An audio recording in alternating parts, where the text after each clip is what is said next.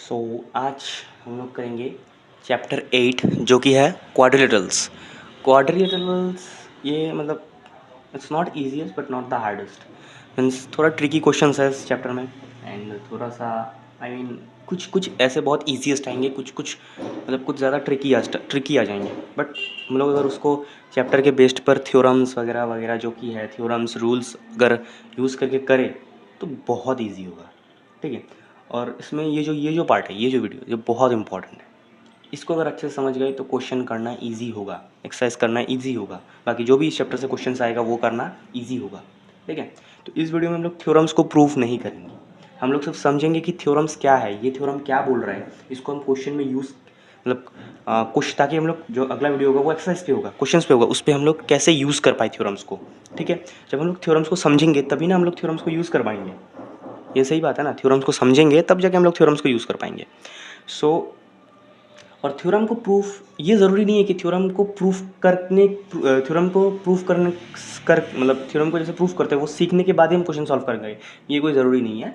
और theorem solve हम लोग अगला वीडियो दूसरे एक वीडियो में करेंगे, क्योंकि थ्योरम सॉल्व से क्वेश्चन आएगा, मतलब थ्योरम्स को प्रूफ करना ऐसा क्वेश्चन आएगा, चांसेस है उसमें से एक दो आ सकता है। बट एक्सरसाइज सॉल्व करने के लिए थ्योरम्स को प्रूफ करना जानना ये ज़रूरी मैंडेटरी नहीं है। ठीक है। बट थ्योरम्स जानना ज़रूरी है कि थ्योरम्स क्या बोल रहे हैं, थ्योरम्स का फंडा क्या है, रूल क्या है थ्योरम्स का। ठीक है। सो क्वाड्रिलेटरल्स।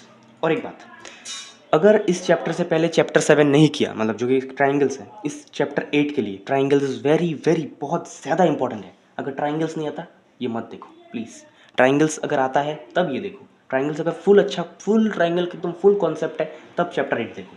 ठीक है। Okay understand. ठीक है।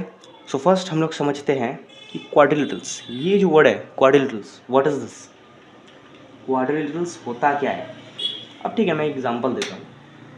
अब ये क्वाड्रिलेटरल्स ये क्या होता है। अब ये जो एक स्केल है, ठीक है, इस ये जो एक स्केल है, क्या इसको मैं क्वाड्रिलेटरल बोल सकता हूँ? यस, क्वाड्रिलेटरल क्यों नहीं बोल सकते। 4 साइड्स है इसके, 4 साइड्स है कि नहीं, 4 साइड्स। ठीक है। 4 कॉर्नर है इसके, 4 ये 1 2 3 4 कॉर्नर है। ठीक है। 4 साइड्स है, 4 वर्टिसेस है, सॉरी 4 एंग मतलब 4 वर्टिसेस, हाँ 4 कॉर्नर 4 एंगल्स बन रहे हैं। ठीक है। तो हम लोग बोल सकते हैं ना। ठीक है। हम लोग तो मतलब इसको बोल सकते हैं। अब ये देखो, ये कंपास बॉक्स, ठीक है, ये साइड का मतलब थोड़ा राउंड है तो सब इसको रेक्टेंगल शेप समझ लेते हैं। तब क्या मैं इसको बोल सकता हूँ कि ये वो है, मतलब ये क्वाड्रिलेटरल है। हाँ ये क्वाड्रिलेटरल है। तो ठीक है। तो अभी हमें समझ आ गया कि क्वाड्रिलेटरल क्या होता है। ये तो इजी फंडा है, हमें समझ आ गया कि क्वाड्रिलेटरल क्या चीज़ होता है। ठीक है। तो अभी हम लोग समझेंगे कि शेप्स। ठीक है।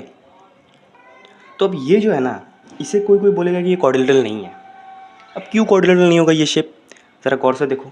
4 एंगल है, 4 एंगल है, 4 साइड है, 4 वर्टिसेस है, तो क्वाड्रिलेटरल है। समझ गए बात को, जहाँ ये 4 प्रेजेंट है वो क्वाड्रिलेटरल है। ठीक है। तो ये समझ आ गया, मतलब 4 वर्टिस, 4 वर्टिसेस, 4 साइड, 4 एंगल, ठीक है, is equal to quadrilateral, is equal to quadrilateral. Okay, is equal to quadrilateral. So अभी उसके बाद क्या है, टाइप्स ऑफ क्वाड्रिलेटरल। अभी कोई बोलेगा कि टाइप्स ऑफ क्वाड्रिलेटरल क्या समझना है। टाइप्स ऑफ क्वाड्रिलेटरल तो हम लोग क्लास 4-5 में समझ चुके हैं। मतलब टाइप्स ऑफ क्वाड्रिलेटरल क्या क्या होता है, काइट, ट्रेपेजियम, स्क्वायर, रोम्बस, ये सब टाइप्स ऑफ क्वाड्रिलेटरल होते हैं। बट इस चैप्टर में क्वाड्रिलेटरल नाम है चैप्टर का, मतलब क्वाड्रिलेटरल के अंदर जो जो शेप्स आते हैं उन सब से रिलेटेड क्वेश्चन आएगा। दिस फुल फिक्स्ड, उस टाइप से क्वेश्चन आएगा। ठीक है। उस पार्ट से पूरा क्वेश्चन आएगा। ठीक है। और क्या हो जाएगा कि देखो, अब क्वाड्रिलेटरल्स के जो पार्ट्स है जैसे parallelogram, rhombus, kite, trapezium, square, rectangle, ठीक है, इन सब के प्रॉपर्टीज जानना जरूरी है कि क्या मतलब कौन सा क्या क्या प्रॉपर्टी होती है उनमें, क्या क्या विशेषताएं होती है, मतलब क्या क्या उनके कैरेक्टरिस्टिक्स है कि ये साइड इसके इक्वल होगा ही होगा। ठीक है। अभी स्क्वायर जो है, स्क्वायर में हमें क्या पता होता है कि स्क्वायर का, अब देखो स्क्वायर का हमें क्या पता होता है, स्क्वायर का हमें क्या पता होता है कि स्क्वायर के चारों साइड्स इक्वल होते हैं। ठीक है। हर एंगल 90 डिग्री होता है, ये तो हमें पता ही होता है। हर एंगल इक्वल होता है, हर साइड इक्वल होता है, हर एंगल 90 डिग्री बनता है स्क्वायर का, ये तो हमें पता ही है।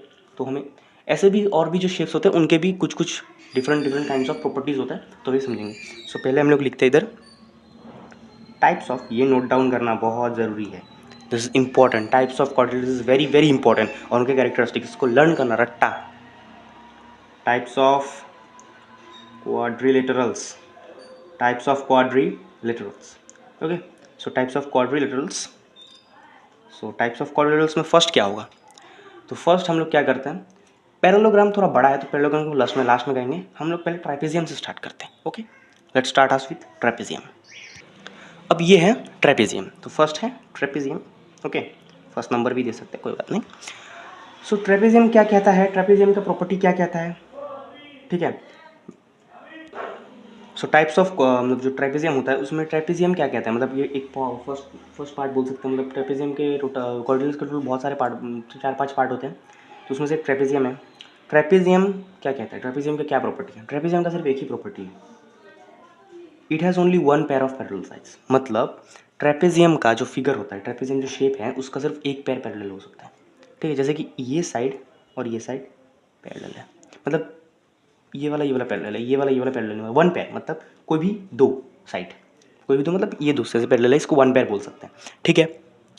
या तो क्या हो सकता है, सपोज अगर मैं इस शेप को उल्टा कर दूँ, सपोज ऐसे कर दूँ इस शेप को, ओके, हाँ, let me do this shape like this, then क्या मैं बोल सकता हूँ कि ये इसके पैरेलल है, या तो मतलब कोई भी एक होगा, या तो ये वाला होगा या तो ये वाला होगा, ठीक है। और ये इसको बहुत बार देखा है जैसे, और ऐसा नहीं है कि ये देखो, ये कैसे टाइप का भी ट्रेपेजियम हो सकता है, बट उसमें बस हमें शेप कैसा भी हो सकता है, बस हमें देखना है कि दो साइड पैरेलल है कि नहीं, ये और ये साइड, मतलब ये दो साइड पैरेलल है कि नहीं, दो साइड पैरेलल है मतलब ट्रेपेजियम है, ठीक है। अभी दूसरा, अब काइट, काइट क्या बोलता है, that it has no parallel side, मतलब काइट के कोई पैरेलल साइड्स नहीं होते हैं, ठीक है। मतलब काइट का कोई भी साइड एक दूसरे से पैरेलल नहीं है। और ये जो ट्रेपेजियम और काइट है ना, ट्रेपेजियम काइट, ये उतना यूज़ में नहीं आएगा इस चैप्टर में, आएगा ट्रेपेजियम आएगा यूज़ में, बट काइट का बोल सकते हो, काइट से related approximately I think question एक शायद होगा maybe, but I think there is no question बोल सकता है, काइट को लेके कोई क्वेश्चन नहीं है, और काइट उतना आएगा भी नहीं, बट एग्जाम में सर मतलब कोई एग्जामिनर बना के दे सकता है, बाहर से क्वेश्चन डाल सकता है खुद के, बट बुक में एनसीईआरटी में शायद नहीं है, एक क्वेश्चन हो सकता है, बट काइट से रिलेटेड उतना क्वेश्चन नहीं है, मेन क्वेश्चन होता है पैरेललोग्राम से रिलेटेड, ठीक है। Most question are related with parallelograms. अब थर्ड पार्ट है, मतलब थर्ड टाइप है पैरेललोग्राम। पैरेललोग्राम जो कि है अब से होता है इंपॉर्टेंट शुरू, पैरेललोग्राम बहुत ज़्यादा इंपॉर्टेंट होते हैं, पैरेललोग्राम बहुत बहुत ज़्यादा इंपॉर्टेंट है। अब पैरेललोग्राम का फीचर्स क्या है, मतलब कैरेक्टर प्रॉपर्टीज़ क्या है, it's opposite sides are always equal, इस ऑपोजिट साइड्स आर इक्वल, इसका जो ऑपोजिट साइड है, मतलब ये वाला साइड, इसके ऑपोजिट कौन सा साइड है, इसके ऑपोजिट डायरेक्ट ये वाला साइड आ रहा है, ऑपोजिट मतलब तो पता होता है। अब इस साइड के ऑपोजिट कौन सा आ रहा है, ये वाला, ठीक है। ये इसके इक्वल है, ये इसके होगा, इसके इक्वल होगा, तो ये वाला first criteria, first property. It's opposite angles are equal.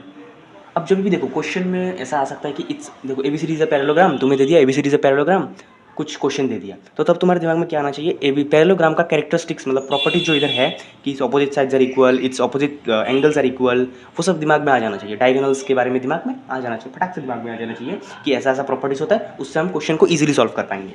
It's opposite angles are equal, ये एक एंगल है, इसका ऑपोजिट एंगल कौन सा है, ये वाला, ये दोनों इक्वल हो गए। अब ये एक एंगल है, इसका ऑपोजिट कौन सा है, ये वाला इक्वल हो गया। अब डायगोनल्स वैसे कीजिए, तो अब डायगोनल्स क्या होता है,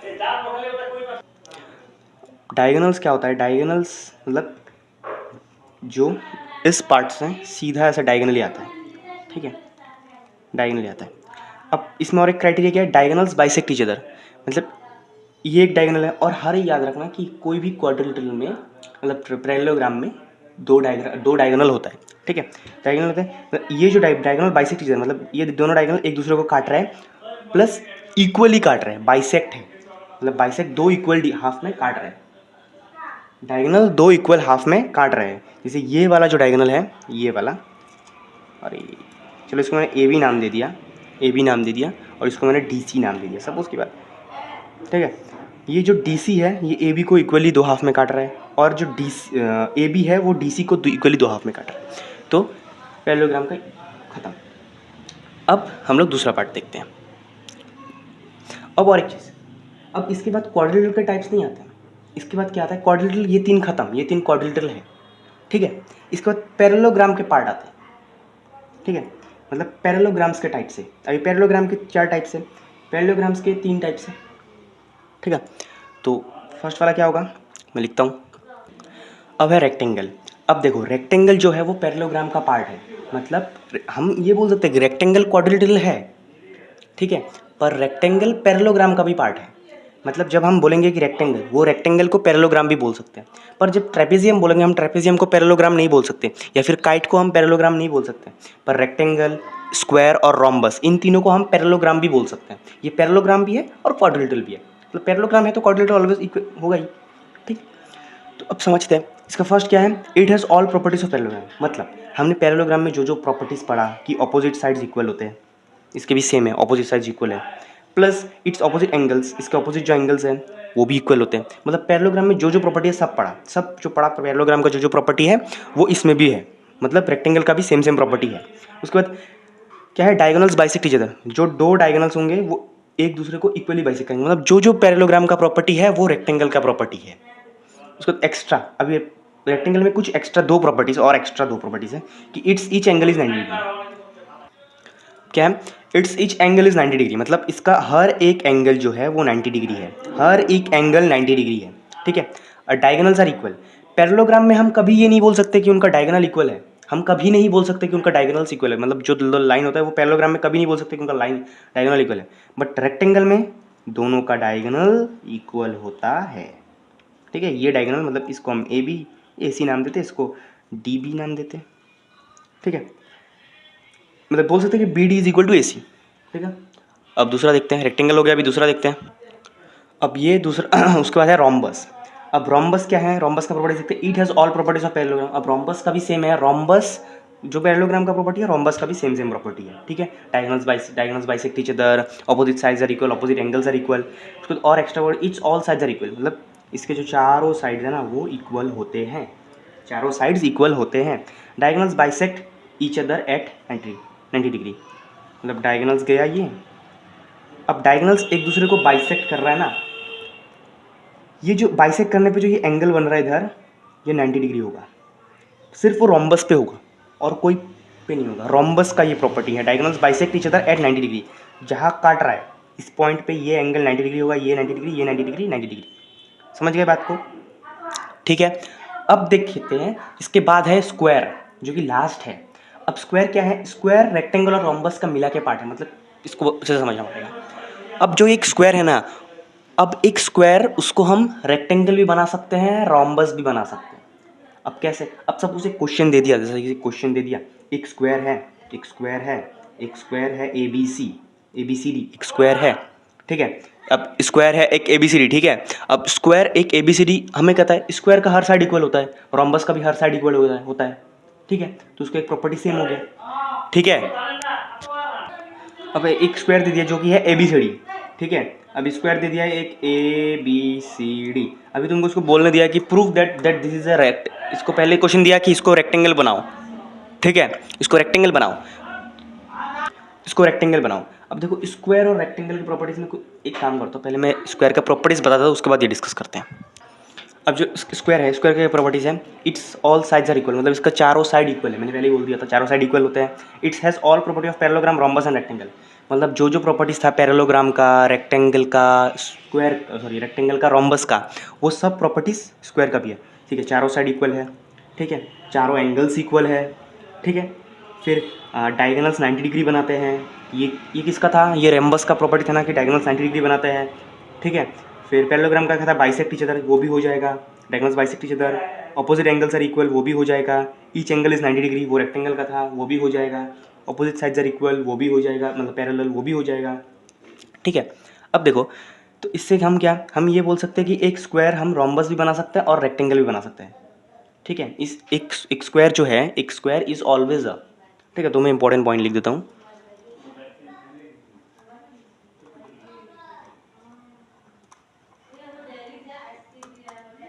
important point, a square is always a square is always a rhombus and rectangle, ठीक है, एक स्क्वायर, एक रोम्बस भी बन सकता है, रेक्टेंगल भी बन सकता है, और पैरेललोग्राम तो वो हमेशा से पैरेललोग्राम है ही, और वो तो हमेशा से एक पैरेललोग्राम है ही। अब क्या हमें बोल सकते हो कि रोम्बस स्क्वायर है? नहीं, एक रोम्बस स्क्वायर नहीं हो सकता। एक जो रोम्बस है वो स्क्वायर हमेशा नहीं हो सकता है, वो हो सकता है बट हमेशा नहीं, हमेशा नहीं हो सकता। वो कुछ प्रॉपर्टीज़ के तहत हो सकता है बट इट कान भी हमेशा नहीं हो सकता। बट एक स्क्वायर हमेशा एक रोम्बस हो सकता है, हमेशा एक रेक्टेंगल हो सकता है, और सेम एक रेक्टेंगल भी हमेशा स्क्वायर नहीं हो सकता। हम ये नहीं कर सकते, ठीक है। अब इसके लिए मैं एक वो चार्ट दे देता हूँ, मतलब चार्ट मतलब माइंड मैप की तरह एक दे देता हूँ जो इस पूरे टाइप्स को समझने में ईजी होगा। अब देखो, ये एक माइंड मैप है, इसको समझने में आसान होगा, ठीक है। It will be help for very very helping for you. Okay, so देखो, फर्स्ट हुआ क्वाड्रिलेटरल। क्वाड्रिलेटरल के थ्री पार्ट्स, थ्री पार्ट्स मतलब ये सब भी क्वाड्रिलेटरल के पार्ट्स ही है, ठीक है। फर्स्ट थ्री मेजर पार्ट्स हो गए, पैरेललोग्राम, काइट, ट्रेपेजियम, ठीक है। अब पैरेललोग्राम्स के पार्ट आ गए, रेक्टेंगल, रोम्बस और उसके बाद स्क्वायर। अब स्क्वायर को मैंने ऐसे क्यों दिया, क्योंकि देखो जो जो रेक्टेंगल और रोम्बस की प्रॉपर्टीज़ है वो स्क्वायर की प्रॉपर्टीज़ भी है, तो इन दोनों का मिश्रण बोल सकते हैं, मिक्स बोल सकते हैं इसको, ठीक है।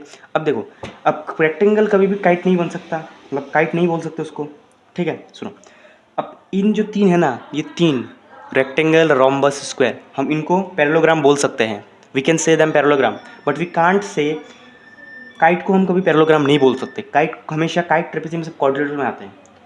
हाँ, ये भी क्वाड्रिलेटरल में आता है, रेक्टेंगल, रोम्बस, स्क्वायर, इनको पैरेललोग्राम भी बोल सकते हैं, प्लस क्वाड्रिलेटरल भी बोल सकते हैं, प्लस पॉलीगॉन भी बोलते हैं, पॉलीगॉन अलग जाता है, पॉलीगॉन भी बोल सकते हैं।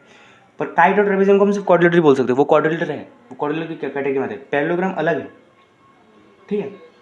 तो क्लियर हो गया। So this is very clear as crystal as easy. अब हम लोग जाते हैं थ्योरम्स, जो कि बहुत ज़्यादा इंपॉर्टेंट है। थ्योरम्स के बाद एक इंपॉर्टेंट, बहुत ज़्यादा थ्योरम्स के बाद एक बहुत ज़्यादा इंपॉर्टेंट टॉपिक होगा, वो कॉन्ग्रुएंट कैसे लिखते हैं। ट्राइंगल जो पार्ट था उसमें कॉन्ग्रुएंट लिखने का थोड़ा पार्ट अलग है, इसमें थोड़ा सा अलग है, मतलब कॉन्ग्रुएंट को जैसे ट्राइंगल ABC जो नाम देते हैं वो नाम देना इसमें थोड़ा सा अलग है, वो थोड़ा सा डिफरेंट है, थोड़ा सा बस कॉन्ग्रुएंट ही पार्ट, CBCD यूज़ करना थोड़ा वो है, बस ईजी है, ठीक है। सो इसके बाद हम लोग थ्योरम देखेंगे, 9 थ्योरम्स है, 9 theorems is there, let's see. अब देखो, जो कि फर्स्ट थ्योरम, थ्योरम 8.1, थ्योरम्स नहीं होगा, थ्योरम होगा, थ्योरम स्पेलिंग आई थिंक गलत हुआ, थ्योरम होगा, ये ई होगा, व्हाटएवर, थ्योरम 8.1। अब थ्योरम 8.1 में क्या है, a diagonal divides a parallelogram into two congruent triangles. Please diagonal, please theorems को याद रखना, मेक इट कि लर्न कर लो थ्योरम्स, थ्योरम्स को याद रख लो, रट लो थ्योरम्स को, डायग्राम के साथ रट लो दिमाग में थ्योरम्स को। अब थ्योरम इसको प्रूव भी कर सकते हैं, प्रूव करना भी उतना हार्ड नहीं है, it's easy to prove it, okay, it's easy to prove it. But हम लोग देखो, अभी हम लोग इसको प्रूव क्यों नहीं करेंगे, मतलब देखो, क्योंकि वीडियो बहुत लंबा हो जाएगा। अगर हम लोग प्रूव करना है, नौ प्रूव करेंगे, मतलब नौ क्वेश्चंस, नौ सॉल्व करना, 9 बार सॉल्व करना पड़ेगा, 9 बार।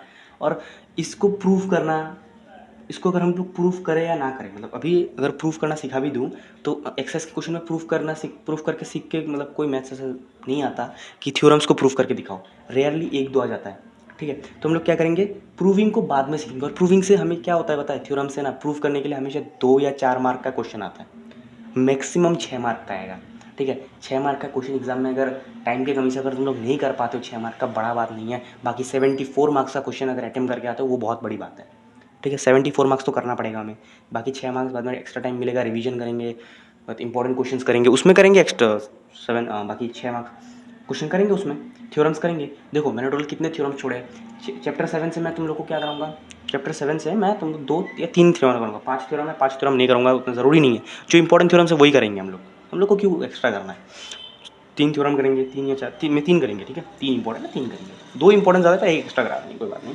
अब इस जो चैप्टर है, चैप्टर 8 मैंने बोला था ना, तो इंपॉर्टेंट चैप्टर है, इसमें 9 के 9 थ्योरम्स प्रूफ करना सीखेंगे, 9 के 9 थ्योरम्स चाहिए इसमें, 9 आउट ऑफ 9 थ्योरम्स चाहिए। और सर्कल जो चैप्टर है वो, इसके बाद जो चैप्टर है उसमें 7 थ्योरम्स करेंगे, ठीक है। तो सोचो, और एक बात तुमको पता है, थ्योरम्स अगर प्रूफ करना सीख गए ना, थ्योरम्स अगर प्रूफ करना दिमाग में आ गया, ये NCERT बुक हलवा है, हलवा है, NCERT बुक हलवा है। थ्योरम्स प्रूफ करना सीख गए, और जो बेस क्वेश्चंस होते हैं बुक के, NCERT बुक के जो बेस, मतलब टॉपिक वाइज, मतलब जैसे कि सपोज मतलब क्या है, बायोलॉजी का एक टॉपिक है, जैसे कि बायोलॉजी का टॉपिक है तुम लोग का फूड रिसोर्सेज, फूड डाइजेस्ट कैसे होता है, वो तुमने समझ लिया। अब फूड डाइजेस्ट से कोई भी क्वेश्चन दे दे तुम इजीली कर लोगे। वैसा मैथ्स भी है भाई, मैथ्स का तुमने एक टॉपिक समझ लिया, 2 थ्योरम समझ लिया, सपोज ये थ्योरम समझ लिया, अब इस थ्योरम से कैसे भी घुमा फिरा के क्वेश्चन दे, कितना भी ट्रिकी करके क्वेश्चन दे, आंसर आ ही जाएगा, सिंपल बात है, ठीक है। समझते हैं, a diagonal divides a parallelogram into 2 congruent triangles, मतलब एक पैरेललोग्राम है, उसका जो डायगोनल होता है, पैरेललोग्राम का डायगोनल जो होता है, ठीक है, पैरेललोग्राम के जो डायगोनल्स होते हैं ना, वो पैरेललोग्राम को दो कॉन्ग्रुएंट ट्राइंगल्स में डिवाइड करते हैं। क्या करते हैं? कॉन्ग्रुएंट ट्राइंगल्स में डिवाइड करते हैं। जैसे कि देखो ए बी सी डी एक पैरेललोग्राम है और उसको इसने ए सी डायगोनल ने डिवाइड किया है, तो जो ये ए डी सी, ये ट्राइंगल बन रहा है ना ए डी सी, और ट्राइंगल बन रहा है ए बी सी, ये दोनों कॉन्ग्रुएंट है, ये बाय डिफ़ॉल्ट कॉन्ग्रुएंट है। पैरेललोग्राम है, सपोज एक क्वेश्चन आ गया ए बी सी डी से पैरेललोग्राम, और तुम्हें दिखाना है, सपोज की बात एक क्वेश्चन आ गया ए बी सी डी से parallelogram, A B C D एक पैरेललोग्राम है, और तुम्हें दिखाना है कि सपोज तुम्हें दिखाना है कि ये वाला जो साइड है, एक सेकेंड, हाँ, ये वाला जो डायगोनल है, ठीक है, ये वाला एक सेकेंड, मैं क्या बोल रहा था, मैं क्या डायगोनल बोल रहा हूँ, सॉरी। हमें बस दिखाना है ये वाला जो एंगल है, ऐसा दे दिया, सपोज ये वाला एंगल है, ये किंतु पूरा एंगल नहीं है, ये वाला हाफ एंगल, ये इस एंगल के इक्वल शो करना है। अब कोई बोलेगा मैं इस एंगल को इसके क्यों शो करूँ, मेरे को इसको शो करना है। यही तो मैं लिखने का पार्ट समझाने वाला हूँ, लास्ट में समझाऊंगा वो लिखने का पार्ट, ठीक है, वो लिखने का पार्ट लास्ट में समझेंगे। रुको मैं अभी एक काम करता हूँ, अभी समझाता हूँ, थ्योरम 1.8.1 में समझा देता। देखो इसका जो है ना, इसका कॉन्ग्रुएंट पार्ट क्या है पता है, ए बी डी, ये जो ट्राइंगल है ए बी, एक सेकंड मैं कौन सा ट्राइंगल लिया था, एक सेकंड, गलती हो गया, अरे भाई गलती हो गया, मैंने ए बी सी ट्राइंगल लिया था। चलो ये वाला एंगल और ये वाला एंगल और ये वाला एंगल लेते हैं, ठीक है। तो ए बी सी जो ट्राइंगल है और ए डी सी ट्राइंगल है, ये वाला जो एंगल है, इसका कॉन्ग्रुएंट पार्ट क्या है? बहुत लोग बोलेंगे ये वाला है ना, ये वाला नहीं है, ये वाला है। कैसे? ये वाला कॉन्ग्रुएंट पार्ट है ए बी सी, ठीक है। अब जब हम इसे नीचे लिखेंगे कि जैसे कि triangle A B C congruent to triangle, अब कोई लिखेगा मैंने ए बी सी लिखा तो इधर से लिखूंगा ए डी सी, ना, ए बी सी लिखा तो इधर लिखना पड़ेगा सी डी ए बी सी लिखा तो सी डी ए। अब ए बी सी लिखा तो सी डी ए क्यों लिखना पड़ेगा? अब ए एंगल जो इसका कॉन्ग्रुएंट पार्ट क्या है, हमने पैरेललोग्राम का जो थ्योरम्स था, पैरेललोग्राम का जो प्रॉपर्टीज था, उसमें क्या पढ़ा था कि पैरेललोग्राम का ऑपोजिट एंगल जो होता है वो इक्वल होता है, ठीक है। तो ए का जो एंगल ए है उसका इक्वल पार्ट कौन सा है? एंगल सी है ना, एंगल सी इक्वल पार्ट है, एंगल सी इक्वल पार्ट है। तो एंगल सी अगर इक्वल पार्ट है, इसका मतलब क्या हुआ कि एंगल सी और एंगल ए कॉन्ग्रुएंट है, कॉन्ग्रुएंट पार्ट्स है। तो हम ऐसे बोल सकते हैं, तो इसका कॉन्ग्रुएंट पार्ट क्या होगा? ये वाला होगा। अब इसका कॉन्ग्रुएंट पार्ट क्या होगा? ये वाला होगा। इसका कॉन्ग्रुएंट पार्ट क्या होगा? ये वाला होगा। समझ गए? जब पैरेललोग्राम्स में ऐसा क्वेश्चन आए, ऐसे आएगा तब ऐसे करना, ठीक है। रेक्टेंगल में आएगा तब ऐसे करना, सिंपल। अब देखो मैं थ्योरम समझा देता हूँ, इसको हम क्या लिखेंगे? Congruent to angle C D A. अभी थ्योरम समझते हैं, थ्योरम को समझते हैं कि पैरेललोग्राम का जो डायगोनल होता है ना, वो पैरेललोग्राम को दो इक्वल ट्राइंगल में डिवाइड कर देता है। ट्राइंगल बन रहा है ना, ये वाला एक, तो ये और ये वाला ट्राइंगल और ये वाला ट्राइंगल कॉन्ग्रुएंट होगा। वो बाय डिफॉल्ट ही कॉन्ग्रुएंट है क्योंकि डायगोनल ने उनको डिवाइड किया है। अगर वो पैरेललोग्राम है और उसमें डायगोनल है तो वो दो इक्वल डिवाइड में, मतलब दो भाग में दो ट्राइंगल को इक्वली डिवाइड कर रहा है, मतलब कॉन्ग्रुएंट बना रहा है सब। फिर ये वाला जो डायगोनल है इस ट्राइंगल को और इस ट्राइंगल को कॉन्ग्रुएंट बता रहा है, क्योंकि पैरेललोग्राम है और डायगोनल है तो इक्वल होगा, बाय डिफॉल्ट है। ये धरती का नियम है। ये जो थ्योरम्स होते हैं इसको खोजने मत जाओ, और कैसे होता है वो प्रूविंग में सीखेंगे, क्यों होता है कैसे होता है प्रूविंग में सीखेंगे, बट ये है बाय डिफॉल्ट है, ठीक है। अब दूसरा थ्योरम देखते हैं। अब थ्योरम 8.2 क्या कहता है? In a parallelogram opposite sides are equal. मतलब ऑपोजिट साइड जो होते हैं वो तो हमने प्रॉपर्टीज में ही पढ़ा था, कोई बात नहीं, थ्योरम्स दे दिया हम लोग का ही अच्छा है, प्रॉपर्टीज में पढ़ा, थ्योरम्स में दे दिया, इजी हो जाएगा।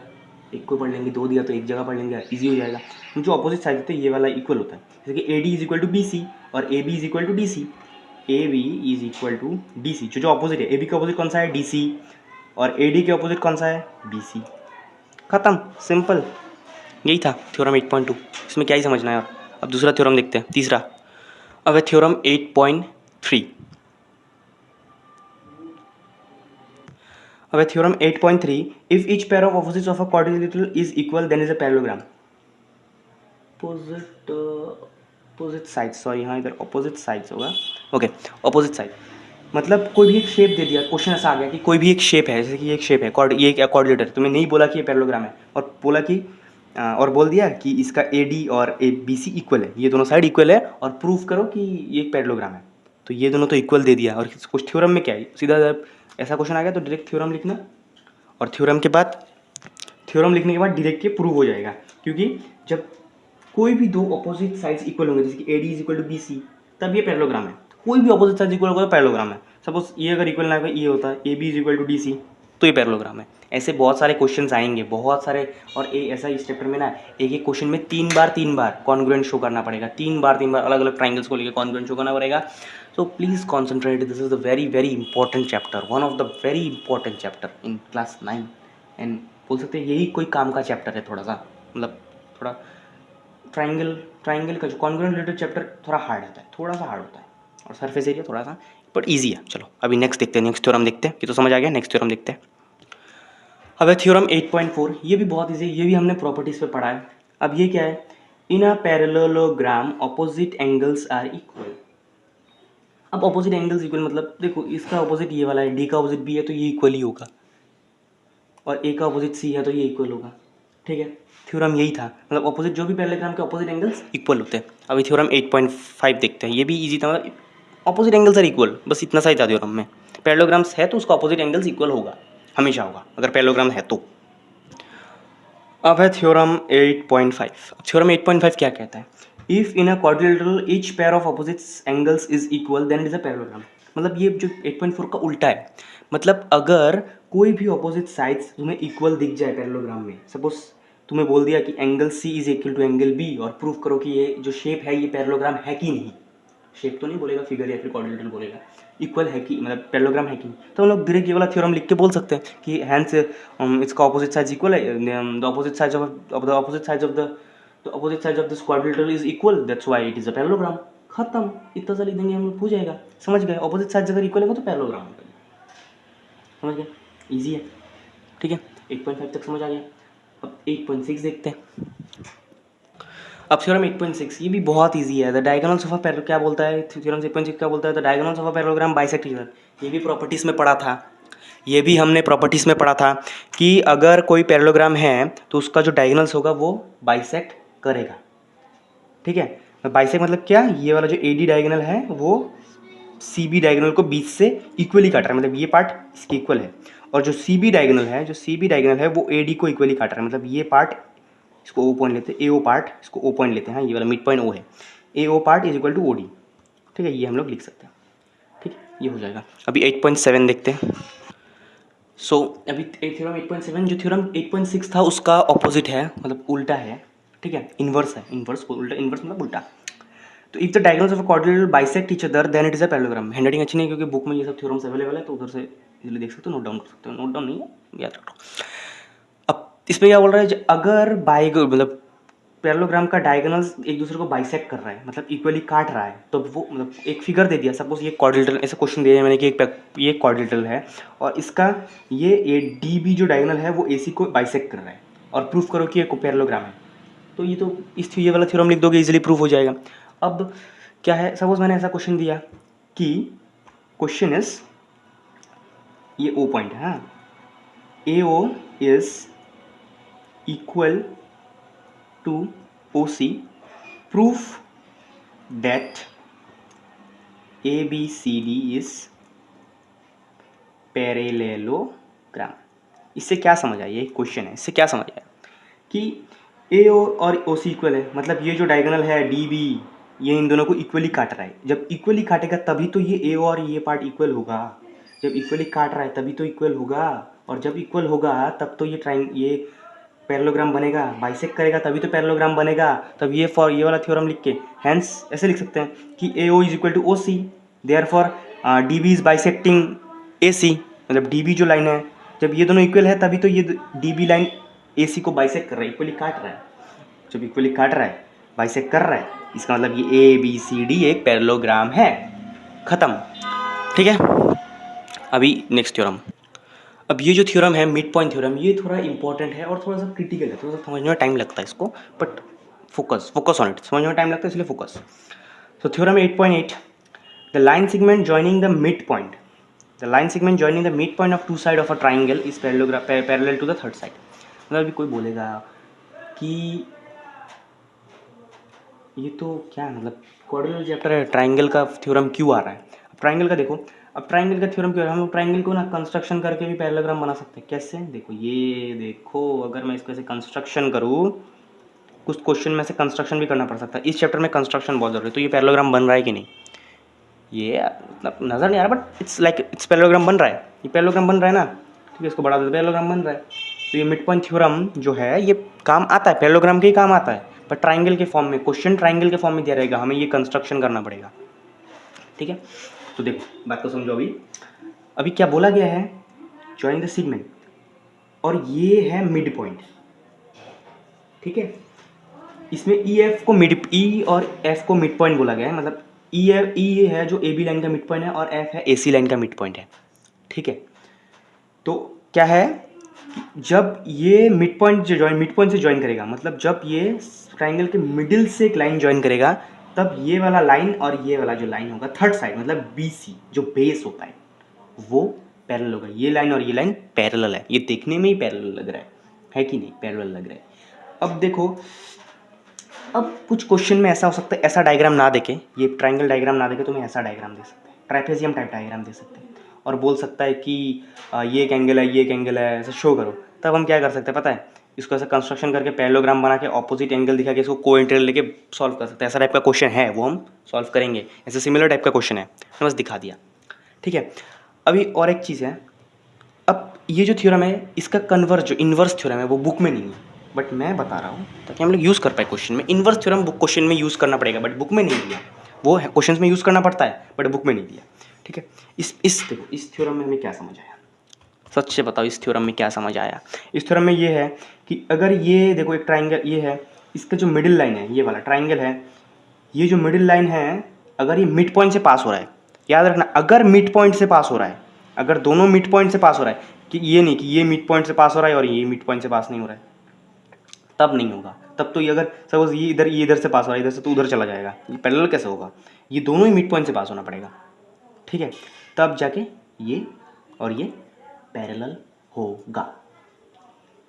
समझ गए बात को? ठीक है, ठीक है। तो इस थ्योरम में और एक चीज़ क्या आता है कि ये वाला जो लाइन है इसके ट्वाइस होता है। मतलब क्या, सपोज ये वाला अगर लाइन 5 सेंटीमीटर है, ये वाला लाइन अगर 5 सेंटीमीटर है, तो ये वाला 10 सेंटीमीटर होगा। मतलब हम लिख सकते हैं E F is equal to half of B C. मतलब इसका half equal to E F, मतलब ई एफ अगर 5 है तो ये 10 होगा, ई एफ अगर 2 है तो ये 4 होगा। ठीक है, समझ गए? और अभी जो ये थ्योरम खत्म। ठीक है, ये तो इजी थ्योरम था, उतना वो नहीं था, कॉम्प्लिकेटेड नहीं था। अब इसका कन्वर्स पार्ट, मतलब इन्वर्स, जो इसका उल्टा ऑपोजिट, वो 8.9 है। मैंने सोचा था नहीं दिया बुक में, बट दिया है, 8.9 है, तो वो करते हैं अभी। अब जो है थ्योरम 8.9, अब थ्योरम 8.9 है ना, वो थ्योरम 8.8 का ऑपोजिट है, उल्टा है। ठीक है, ऑपोजिट थ्योरम है, मतलब 8.8 का उल्टा है, का इन्वर्स है।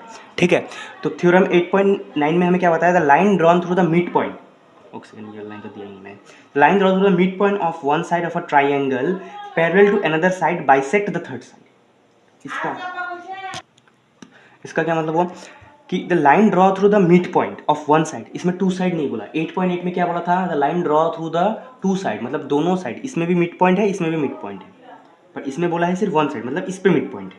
हमें बोला गया सिर्फ इस पे मिड पॉइंट है of a triangle parallel to the another side, और पैरेलल टू अनदर साइड मतलब इस साइड से पैरेलल है, इस साइड के, ये वाला लाइन इस साइड के पैरेलल है।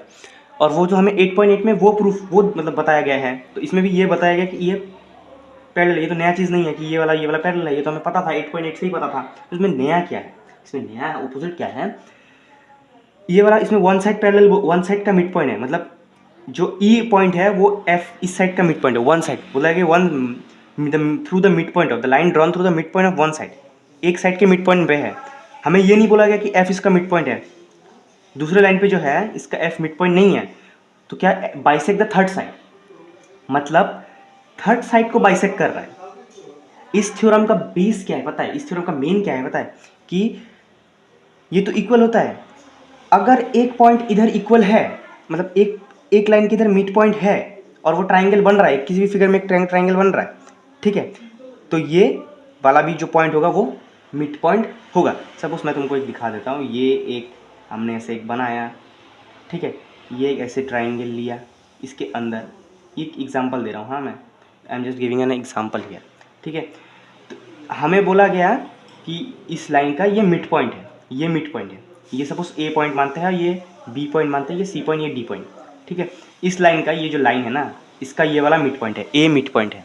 और तुम्हें प्रूफ करना है कि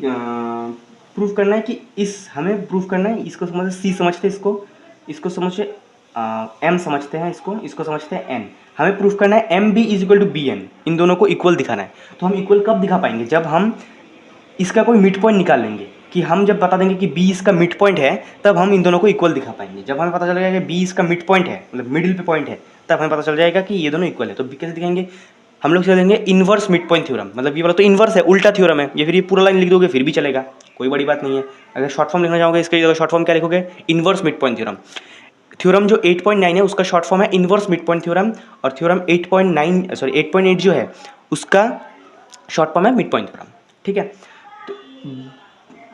तो अगर ये पॉइंट जो इक्वल है, मतलब ये पॉइंट मिडिल पे है, मैं बोल दिया वन साइड मिडिल पे है, ठीक है, मिडिल पे है, और ये लाइन इसके पैरेलल है, और ये वाला जो लाइन है इसके पैरेलल है, मतलब ट्राइंगल बनना चाहिए था ना, सॉरी ट्राइंगल बनना चाहिए था, शुड बी ट्राइंगल। ऐसा ट्राइंगल तो बन ही गया, मैं अभी गधा हूँ, कुछ ज़्यादा ही वो कर रहा था। सपोज ये वो है, अरे यार इसको तो मैं अच्छे से समझाता हूँ, रुको मैं नीचे इस साइड में अच्छे से समझाता हूँ। ऐसे आ गया, ऐसे आ गया, ओके, तो ठीक है। अब ये वाला ए बी सी डी है, ये वाला एफ जी है, समझ आ गया? समझ आ गया बात को?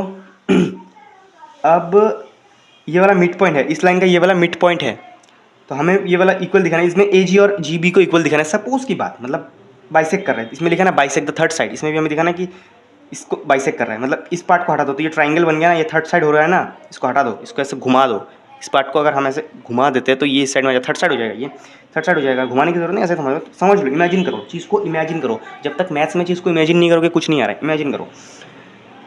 ये वाला साइड आएगा, तो ये वाला इस थ्योरम के तहत अगर ये वाला एक साइड पे मिड पॉइंट है, तो दूसरा साइड में भी मिड पॉइंट होगा, और दूसरा साइड में भी ये वाला जो दूसरा थर्ड साइड होगा उसमें भी मिड पॉइंट होगा, और ये वाला लाइन पैरेलल होगा। प्लस हमने क्या पढ़ा था कि ये वाला लाइन इसके डबल है, मतलब इसके डबल होगा ये वाली। अगर ये वाला 5 सेंटीमीटर है तो ये वाला 10 सेंटीमीटर होगा, अगर ये वाला 5 है तो ये 10 होगा, मतलब ये जितना भी होगा इसका ये डबल होगा, मतलब इस लाइन का हाफ है ये वाला, समझ गए? तो थ्योरम समझ गए। अभी हम लोग और एक चीज़ समझते हैं जो कि है थोड़ा सा इंपॉर्टेंट चीज़, ठीक है। थ्योरम्स खत्म, अब हम लोग एक एक्स्ट्रा चीज़ समझते हैं जो कि थोड़ा सा इंपॉर्टेंट है, जो कि है क्या? देखो सपोज एक पैरेललोग्राम ले लिया, ठीक है, पैरेललोग्राम ले लिया, ठीक है, पैरेललोग्राम का नाम दे दिया A B C D, okay. अब तुम्हें बताना है कि तुम्हें प्रूफ करना है इस ट्राइंगल को और इस ट्राइंगल को कॉन्ग्रुएंट प्रूफ कर दिया। अब बेटा अब तुमने सब कुछ कर दिया, पूरा बहुत दिमाग लगा के पूरा कॉन्ग्रुएंट कर दिया। अब लास्ट में जाकर तुम जो लिखोगे ना कि triangle this is congruent to triangle this, suppose हम लिखेंगे कि ट्राइंगल, सपोज को भी जिसको ये चीज़ नहीं पता होगा, जिसको ये जो मैं सिखा रहा हूँ अभी इसको नहीं पता होगा, सपोज वो कैसे लिखेगा? ट्राइंगल ए बी डी, ओ ट्राइंगल ए बी डी लिख दिया, चलो कोई नहीं, ट्राइंगल मैंने ए बी डी लिख दिया, चलो इसको क्या करता हूँ बी सी डी लिख देता हूँ, congruent to triangle B C D. उतना कौन मगज मारता है कि नहीं?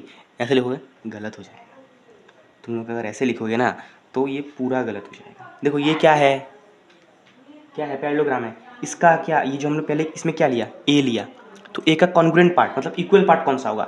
ये एंगल ए का इक्वल पार्ट कौन सा है? एंगल सी, क्योंकि ये क्या है? पैरेललोग्राम है, पैरेललोग्राम की तरह दिख रहा है ना, तो इक्वल पार्ट कौन सा होगा? ये सी। अब ए के बाद क्या लिया? बी, एंगल बी का कौन सा इक्वल पार्ट है? डी। अब इसमें क्या लिया? अब उसके बाद क्या आया? डी। अब डी का एंगल पार्ट क्या होगा? बी। ऐसे लिखना पड़ेगा। देखो राइट ये वाला गलत है, तो राइट वाला क्या होगा? देखो एक हमने पहले लिखे, सपोज फर्स्ट वाला जो तुम लोग ट्राइंगल लिखोगे, फर्स्ट वाला ट्राइंगल वो कहीं से भी लिख सकते हो। सपोज हमने ए बी लिख के डी ए बी लिखा, तो अब डी का कॉन्ग्रुएंट पार्ट कौन सा है? डी का इक्वल पार्ट कौन सा है? बी। तो हम लोग क्या लिखेंगे? Congruent to triangle B. A का कॉन्ग्रुएंट पार्ट क्या है? सी। डी के बाद इधर ए आया, अभी ए का इसमें देखो डी का कॉन्ग्रुएंट पार्ट क्या है? ट्राइंगल, इसमें डी का कॉन्ग्रुएंट, डी एंगल का कॉन्ग्रुएंट पार्ट क्या है? बी। ये अलग है, ये थोड़ा टॉपिक के बाहर, ठीक है, ये जो समझा रहा हूँ। डी का कॉन्ग्रुएंट पार्ट क्या है? बी। तो हमने डी की जगह इधर बी दे दिया, ट्राइंगल, ये ट्राइंगल है, बी दे दिया। अब उसके बाद केस में क्या आया ए, अब ए का कॉन्ग्रुएंट पार्ट क्या है सी, इसके जगह क्या आएगा बी सी, ठीक है। अब बी जो इसमें है, इसमें बी है, बी का कॉन्ग्रुएंट पार्ट क्या है, ऑपोजिट पार्ट क्या है, कॉन्ग्रुएंट क्या है डी, बी सी डी, समझ आ गया, यही करना है, ठीक है। अब ये सब कर लिया, अभी तुम्हें किसी ने बोला कि मुझे ना प्लीज़ यार सीपीसीटी से मुझे मतलब क्वेश्चन में दे दिया है, फिर मैं ही बोल देता तुम्हें सीपीसीटी से मुझे ये वाला एंगल मतलब इसमें सीपीसीटी को जो बन रहा है वो दिखा दो, ठीक है। सीपीसीटी से जो बन रहा है इस साइड में दिखा दे रहा हूँ सीपीसीटी से, हाँ जो बन रहा है सीपीसीटी से इस ट्रायंगल को कॉन्ग्रुएंट दिखा दिया, अभी सीपीसीटी से जो बन रहा है वो मुझे दिखा दो, ठीक है। सीपीसीटी से जो बन रहा है, अब देखो, अब तुमने लिख दिया, चलो इस एंगल को दिखाते हैं हम लोग, ए बी डी, ये वाला एंगल है, ये वाला एंगल। अब कोई महापुरुष लिखेगा इस एंगल का इक्वल है ये वाला, वो तो इक्वल है बट कॉन्ग्रुएंट पार्ट, सीपीसीटी मतलब क्या है congruent part, congruent parts of congruent triangle, इसका इक्वल क्या होगा ये वाला। अब इक्वल क्यों होगा, क्योंकि बी ए डी लेंगे। अब देखो, अब तुम लोग बोलोगे कि इसका कॉन्ग्रुएंट पार्ट ये वाला है, तो हम ये भी तो ले सकते हैं। देख भाई ये क्यों लेंगे, अरे भाई ये क्यों लूँ मैं, अबे कॉन्ग्रुएंट ट्रायंगल में दो पार्ट होता है, देखो ये एक अलग ट्रायंगल है, ये वाला अगर मैंने इसके इक्वल देखिए, ये तो सेम ट्रायंगल में इक्वल हो गया, ये तो सेम ट्रायंगल में, मुझे अलग ट्रायंगल में कॉन्ग्रुएंट सीपीसीटी दिखाना है, कॉन्ग्रुएंट ट्रायंगल में कॉन्ग्रुएंट पार्ट निकालना है, तो ये एक ट्रायंगल का पार्ट हो गया और ये एक दूसरा ट्रायंगल का पार्ट हो गया, ये एक दूसरा ट्रायंगल का पार्ट हो गया, तो angle A B D is equal to angle B D C, मतलब ये वाला, ठीक है। अब इसका सेम होगा, इसका क्या होगा, ये एक ट्रायंगल का पार्ट, ये एक ट्रायंगल का पार्ट हो गया। अब इसका तो डायरेक्ट सीधा है ये वाला, अब इसका तो ये वाला साइड, इसका तो ये वाला साइड, ठीक है। तो ख़त्म चैप्टर का दी एंड। अबे सॉरी क्या बोल रहा हूँ, चैप्टर का दी एंड कहाँ से हुआ, चैप्टर का दी एंड नहीं हुआ, चैप्टर भी बहुत बड़ा है, चैप्टर का दी एंड नहीं हुआ, चैप्टर का एक्सप्लेनेशन पार्ट खत्म। इसके बाद करेंगे 2 वीडियो आएगा, 2 वीडियो में 2 एक्सरसाइज है, 2 एक्सरसाइज खत्म, उसके बाद और शायद 2-3 वीडियो आएंगे, उसके बाद थ्योरम्स करेंगे खत्म। तो एक्सप्लेनेशन पार्ट डन, इसके बाद एक्सरसाइज आएगा और एक्सरसाइज थोड़ा टाइम लगेगा आने में। Okay bye.